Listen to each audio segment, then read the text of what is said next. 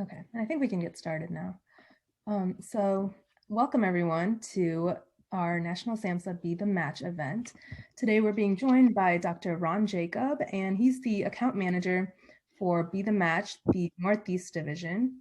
He also works with a lot of other organizations, including APAMSA and several South Asian and Asian fraternities. Dr. Jacob, whenever you're ready. Thank you very much, Pooja. Give me a thumbs up. Can you guys hear me? Everything's good. All right, wonderful. So I just want to thank each and every person who has made this meeting. I appreciate it. Everyone who's organized it, especially National SAMSA. This is an organization. I was looking back at my records, and I noticed that I had reached out to different chapters, and I kept trying to identify the national organization, and it was difficult. And then after speaking to Anisha, I got a lot more of the information, and it's good to know that we are at a point where coming together and organizing. And as Pooja mentioned, I've worked with an organization like APAMSA for years, for almost pretty much 13 years. I've been working with them. I've gone to regional conferences with them and national conferences, and I've spoken. So when Anisha told me about these efforts, I was thrilled. I thought it was nice for us as a South Asian community to be able to be in this space and to provide for the South Asian medical students as well. So I do applaud each and every one of you who took some time and effort to lead this initiative. So thank you very much. One of the things I'm going to tell you from the beginning, just a couple of points I'd like to make. I do my best not to be boring. I'm going to try to keep you guys as engaged as possible. I had some horrendous medical professors. They were pretty bad. Back in the day, we used to have something called textbooks. I don't know if you guys use those anymore, but these guys would go to the front and sit at the desk with their feet up on the desk, open a textbook, and start reading. And it would be like story time, and people would pass out. And so I always promised myself, I said, I trust that my audience has gotten to this point in your academic careers by already knowing how to read. So I will not be reading off slides. I hate doing that.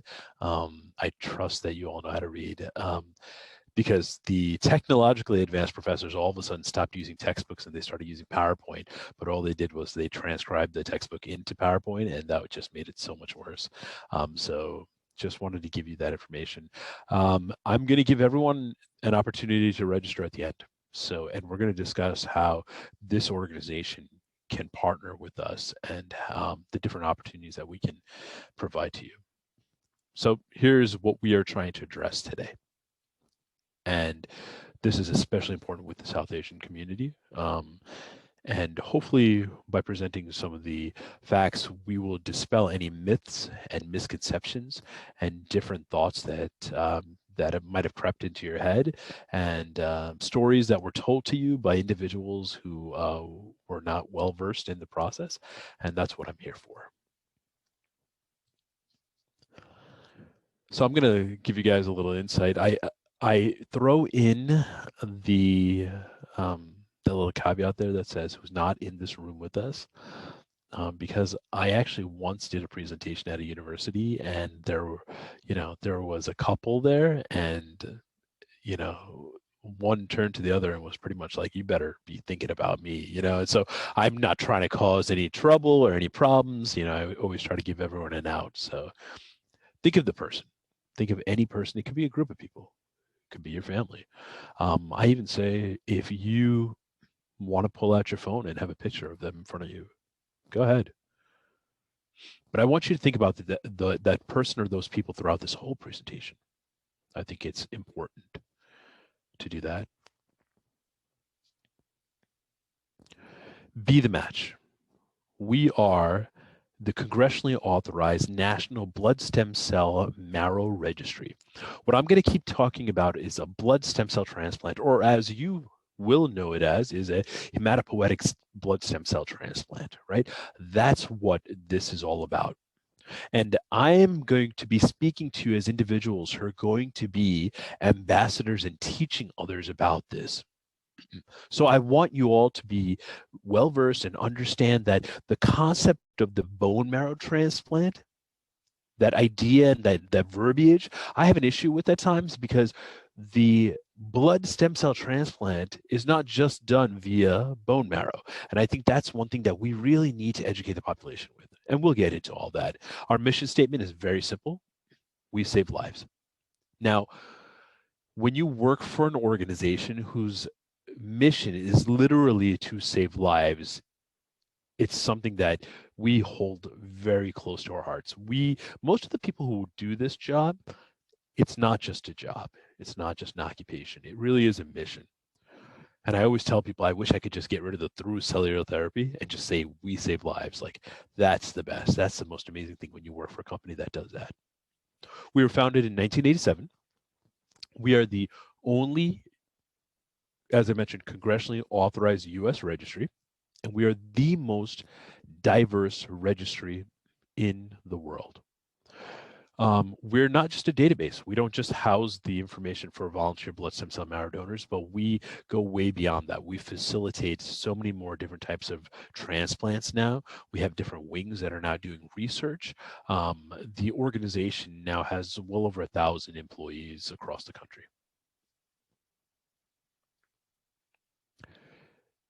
In the chat, please type your favorite medical show. And it doesn't have to be one that's shown here.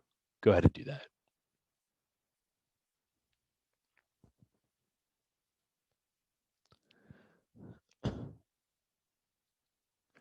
Grey's, Scrubs, Grey's, House. Mindy Project. Oh, that's one I haven't heard. All right, good. Anyone else? House. I'm surprised I haven't seen The Good Doctor here yet. No one said that, huh? Okay, good. So there's a reason I asked this question. Typically, when I'm in a live presentation, I'll ask, hey, when and where did you first hear about a bone marrow transplant? And too often people cite these shows. And they're willing to be like, oh, yeah, no, I know about it. You know why? I remember that episode of House. Do you remember that episode? And they'll start talking about it, and what's even crazier is there are individuals who will take what they saw on these shows and then give medical advice and medical opinion based on these shows. And it drives me crazy, because the problem is, and I hope I don't offend anyone by saying this is Hollywood. This is make-believe. This is fiction. These aren't real shows. They're made for TV. They're done for theatrics, right? And yet people will watch these shows and think that, hey, this is real. And this is something that we, especially individuals who work at Be the Match, we often have to try to combat. And this is our struggle, because the lives of patients are at risk because people have heard or seen things on these shows, and the information and the foundation that they have for this process is incorrect. And what ends up happening is, you know which demographic is affected the greatest by these misconceptions?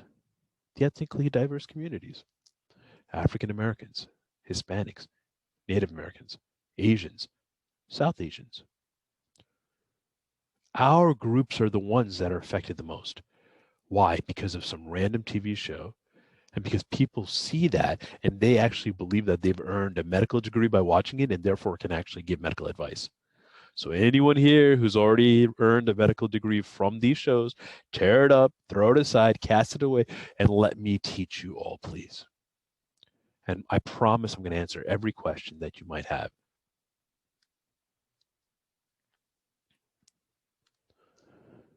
Every year, we have about 12,000 patients who search the Be the Match registry to find an unrelated donor to save their lives. In 2019, we actually had 16,333 people. And we were able to find a match for 6,553. Seems like a large number, but unfortunately, that's only 40% of the people. 60% of the people, or 9,780, we weren't able to find a match for. These are individuals who've been diagnosed with one of 70 illnesses. They were diagnosed every 3 minutes, and they just did not have someone in the registry who could save their life. And unfortunately, we lose a patient every 10 minutes. That means we lose 145 patients every day simply because they didn't have a match in the registry. But if you're lucky, you might be able to find a match within your family. Maybe a sibling will be a match, but unfortunately, that only occurs 30% of the time. 70% of the people need an unrelated match. I would like to point something out. These are our 2019 numbers. Our 2020 numbers typically come out this month. We haven't received all of them yet, but one thing I do know is in 2020, that number for matches actually was a record high. We transplanted 6,660 patients in the middle of a pandemic. And that's a testament to those donors who decided that irrespective of this pandemic, we are not going to pass up the opportunity to save a life.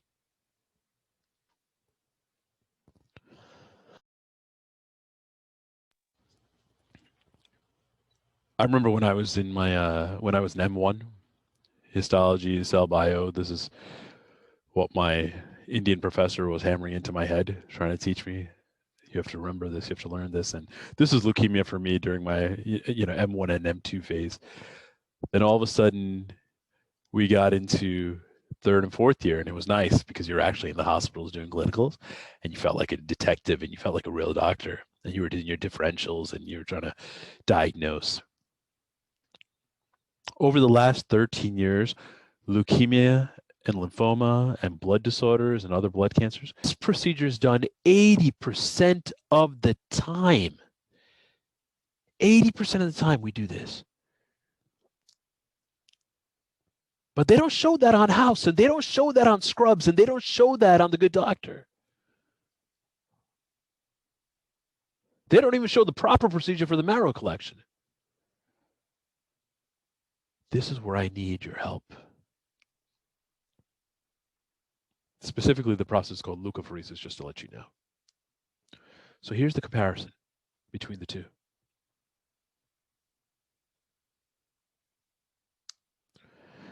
For those who are going into transplant, I just want to let you guys know these are the different phases.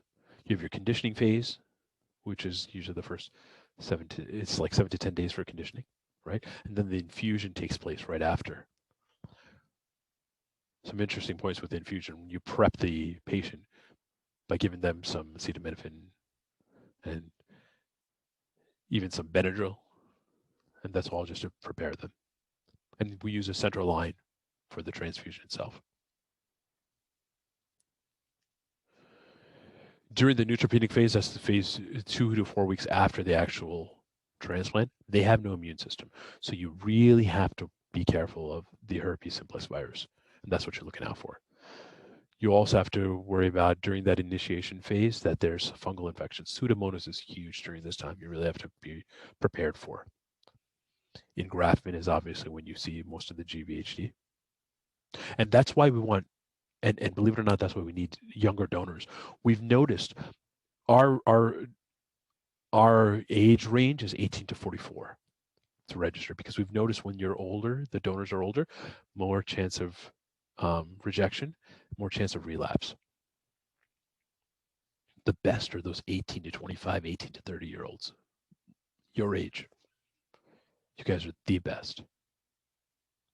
And then post-engraftment, one of the cool things you have to remember is now they have a brand new immune system, so they have to actually get all their immunizations again. Everything you did as a child, they have to get again. We have 22 million people in the Be the Match registry. With all the cooperative registries around the country, we're at 35 million. We've done over 100,000 transplants since 1987. I don't think any of you were born in 87. We've been doing marrow donations since 1953, PBSC since 1986. I mentioned how many we did last year. That means we do over 500 transplants a month. You are not a guinea pig. I want to emphasize that point. $500 a month. These are all the illnesses that can be cured. I always show this because I want you to see the magnitude of what your decision can be. There are some medical issues and concerns that would prevent you from registering. I always tell people, if you're interested, go ahead and try. If you register, the system will defer you if there's a health condition. So some people said, oh, I think because I'm anemic, I'm not able to. Anemia, you're allowed to. So that's why I always say, register. If you really are committed to saving life, register and see what the system says, see what the registration process says. How do you register? We're going to show you at the end of it, but you have to be 18 to 44, and commitment. Commitment, commitment, commitment. Donation is free. If you have a horrible boss that doesn't give you paid time off, we will make sure you're compensated for it and substitute your salary. Make sure you get that back. We'll pay for babysitters, dog walkers, car services. If you decide you don't want to go to your local center and you want to fly out to Seattle, where we have a brand new collection center that's like a resort, we're going to pay for your travel, your meals, your hotel for you and a friend. Everything is covered. You should not spend a penny. Here's the health disparity that exists right now. This is the reality of the odds of finding a match.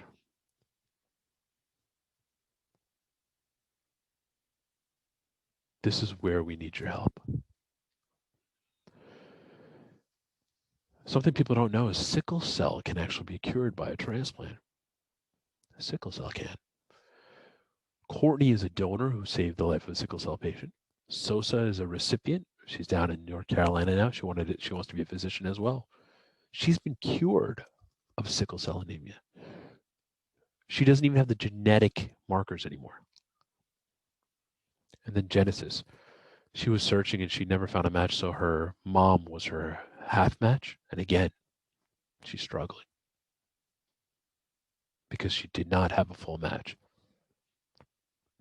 Commitment, commitment, commitment. As I close, I'm going to leave you with a question. We started this conversation with a simple question. Who is the most important person in your life? Now, if you find out that those individuals or that person is now diagnosed and needs a donor, and being from our community, you just saw those stats. What's going to happen? What's going to cross your mind? What thoughts? And immediately, usually when I ask this question in live presentations, they all say, I'm going to hope, I'm going to wish, I'm going to pray that someone will save my loved one's life. All fair answers. You're going to hope, wish, and pray that a random person will save your loved one's life. It's normal. So then I ask you a question. If you have the audacity, if you have the nerve to hope, wish, and pray that a complete random stranger saves your loved one's life, why can't you do that for someone else? Why can't you be someone's hope, wish, and prayer?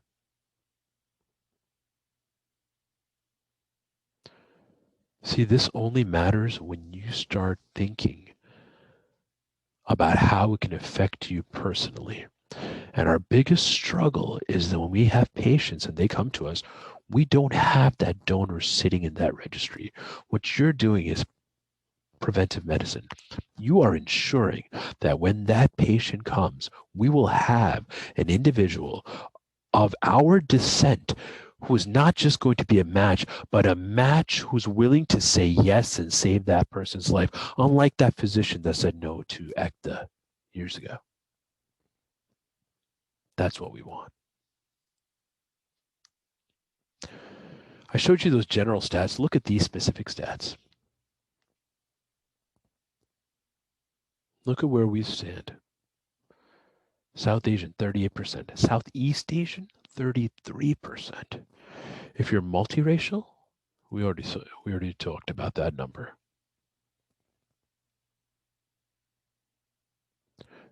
This is where I need your help.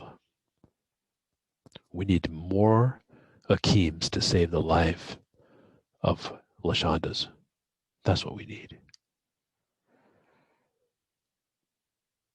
Do me a favor, follow me on Instagram, follow Be The Match on Instagram, and when you register and you get your swab and you're swabbing, take a video of it, tag us, tag Be The Match, tag me, put up a video on Instagram, put it up on TikTok, share it on Snapchat, wherever.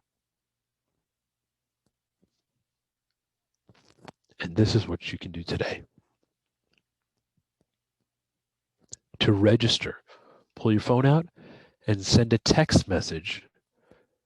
And you're sending it to the number 61474, and the code, the word you're sending is SAMSA, SAMSA, or scan that QR code. A link should pop up if you send that text code or scan that QR code. Start registering. And at the end, request that a kit be mailed to you.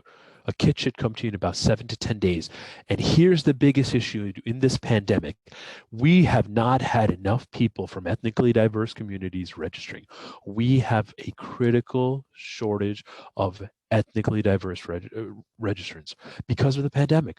We don't have live drives. So we're relying on virtual events like this. We're relying on people like you to share this on your social media platforms. I challenge every single person who's on this, go get 5 of your friends to register. Get 5 or 10 if you can. Get them to register. Share this code with them. Put it on social media. Explain to them why we need more people who are black and brown like us to register.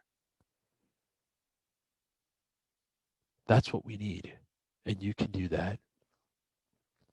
And here's the problem. 50% of the people who get their kits forget to send it back. That's been the difficulty in this pandemic. We rely on virtual events, and those kits get sent, and people just forget. Not for any other reason. That's why I want you guys to, as soon as you get it, open it up. You don't even have to pay for postage. It's already paid for. You open it up, you take out 2 swabs inside your mouth, swab for 10 seconds, done. The other cheek, 10 seconds, done. Seal it, take a video, show it to me, tag me, boom, and put it in the mailbox. SAMSA, one of the nice things is I've been told you guys have 25 chapters. Well, I'm going to connect each one of your chapters to a Be The Match rep. And they're going to support your chapters in doing virtual events, and we're going to create custom codes for you. So SAMSA is going to be the code you're going to use right now. That's national. But when you're working with your local chapter, we're going to have a special code for you. So you're going to be able to track, and you're going to be able to see how many you do on your campus and friends and family. And we can add it all up, and I can come back to this board and say, hey, these are the number of people who registered. And when people come up as a match, I get to come back and share that good news with you as well. Any questions? And I'm going to take this, I'm going to stop sharing because I want to see everyone's face. Any questions? Hey, Dr. Jacob. My name is Amr. I really liked your presentation a lot. One question I had was, so when you were telling stories about the patients, the thing that was really, really sad for me was when, people would match, but then not donate. Is there any reason in particular they decided not to donate? Yeah, so we've actually done the research, and there is an acronym that we use for the number one reason why people say no, and the acronym is NI, and it stands for not interested. Crazy, right? Why would a person register And then when they come up as a match, when I say they come up as a match, so Amr, if you had registered and you came up as a match, what would happen is you would get an email, you'd probably get a phone call, you'd probably get a letter, and that phone call would literally say, hey, Amr, you registered as a blood stem cell marrow donor, and you've come up as a match for a 4-year-old boy who's got leukemia. And a majority of the time, people say, sorry, not interested. And we're like, what? Why? Oh, when I registered, I really didn't even know what I was getting into. They were giving us free pizza. Oh, they gave me a t-shirt. Oh, the girl was really cute. So I was just, talking to her. Okay. Oh, there was a patient. It was a friend's cousin. And so I registered. But yeah, he found a match and he's doing well. So I don't care anymore. That's the issue right now. That is the issue. And now with our population, there was a time when parents played a huge role. Listen, I'm a South Asian guy married with a family. And I can tell you, my parents, if they had their way, they still would try to influence everything that I did. That's just how South Asian parents are. But unfortunately, they sometimes play a big role in these large decisions. I was lucky. My mom was a registered nurse. I was also unlucky in the fact that I had multiple friends who needed donors or who were leukemia patients. So we knew how devastating this was, and we knew what kind of opportunity and what kind of blessing this was. Right? That's how we viewed it. An opportunity to save a life without doing a single thing clinically was a blessing. So that's the truth of the matter, Amr. Thanks so much for answering. No problem. Any other questions?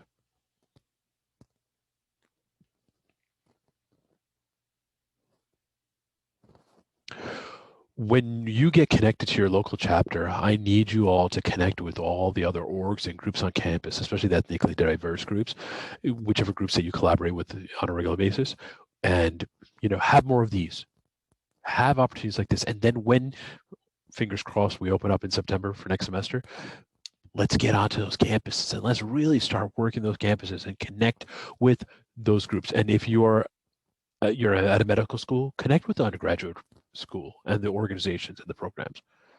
As I mentioned, we are the national philanthropy for 3 South Asian fraternities, an Asian fraternity, and as I mentioned, a PAMSA, and a Black sorority. So those connections exist already. So go collaborate with them. Do a big event. Have a big lunch and learn. Invite everyone over for a lunch and learn. We'll pay for it. You don't have to register to eat. Just come. Let us teach you. But this is where I rely on my future colleagues. This is how I look at you all. You are the ones who are going to go out and teach others and convince others and dispel all those misconceptions. Any other questions?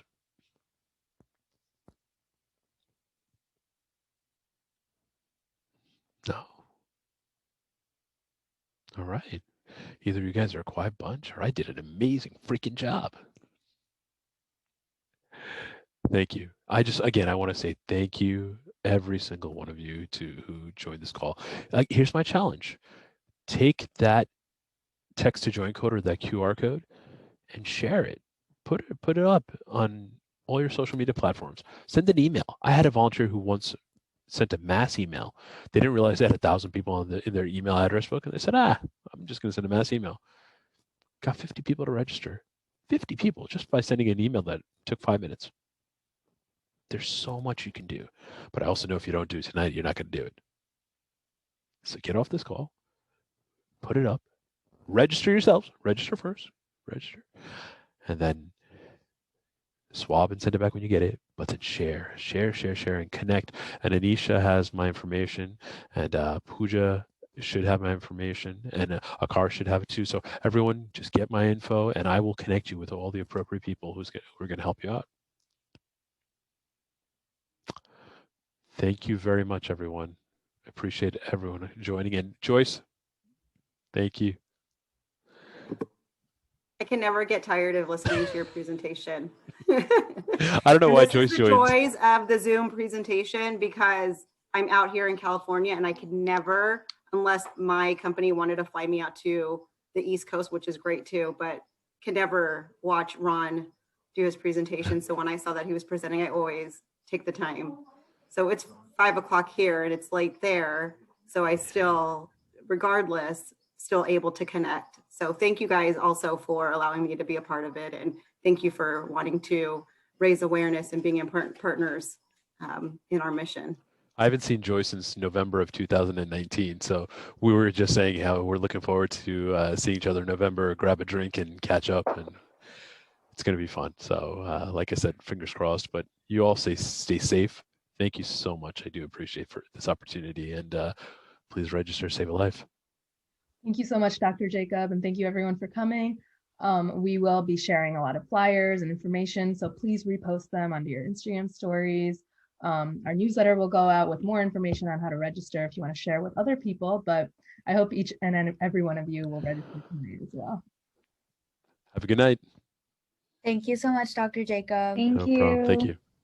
Thank you. Bye.